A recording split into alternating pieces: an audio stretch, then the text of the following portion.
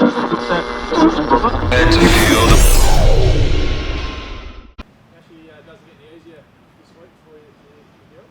we have Eltham coming to town who are in really good form. They've won their first 3 games of the season. They have 6 players in double figures. So, a really tough test for us after a weekend where we were in the contest in both games, but unfortunately came away with 2 more losses.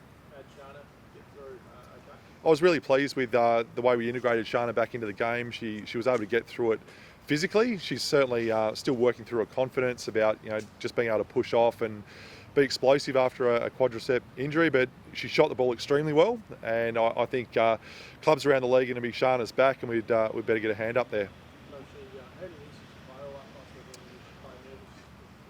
Yeah, the plan would be to keep extending Shana's minutes. The plan was to have it around half a game, so she was around the 23 minutes a game, so just a fraction over than probably was ideal. I made a decision to actually bring her out of the game in Kilsyth with the last minute to go, and looking back, probably should have left her there for that last shot, but we were really just looking at her minutes and not trying to push too hard too early.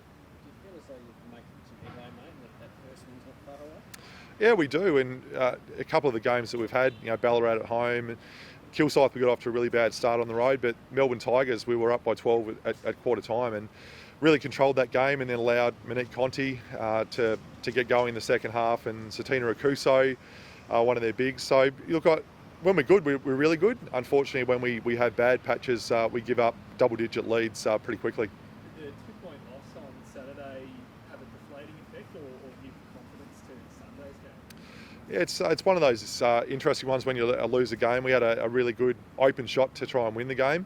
It was a 3-point attempt in the corner, wide open. So, in a lot of ways, the way we started the game, we got down early. We showed a lot of fight to get back in and actually have the lead in the last couple of minutes. So, a lot of positives, but I think it's also getting that first win is a bit of a weight off the shoulder for the team.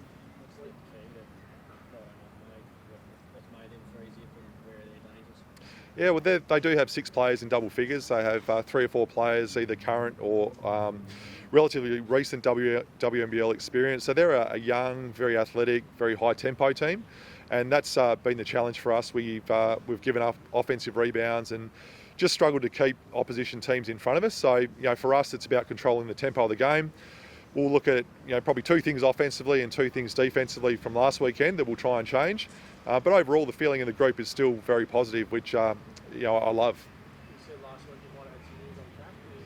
When was the outcome there? Yeah, we have actually had some news from the league, and it wasn't the news we were hoping for. It was essentially at the moment imports are looking unlikely for the very near future. So really where we are with Kathleen is open, honest discussions with her, and she's been fantastic. She's clearly disappointed by the last news, but at the moment we've got a sort of at least plan for the interim of not having Kathleen and potentially not being able to get her here for the season.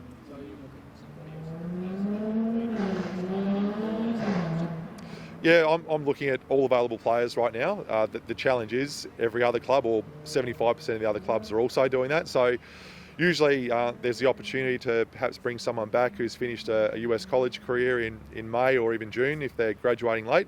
Unfortunately, those players are in extremely high demand right now. So, looking at all options and really the first available player that we have, we'd look at making a move on. So you're still leaving the door ajar slightly, or are you actually slowly shutting it? Yeah, slightly. I'd say slightly ajar for Kathleen, but it's every day and every week makes it look less likely. And the advice from the league is the legal manager with Border Force and relevant government jurisdictions around potential quarantine. So for the clubs, we just have to sit back and wait for that. But certainly we're coming to the point where it's no longer viable just based on games played and games remaining. What's that deadline you set yourself?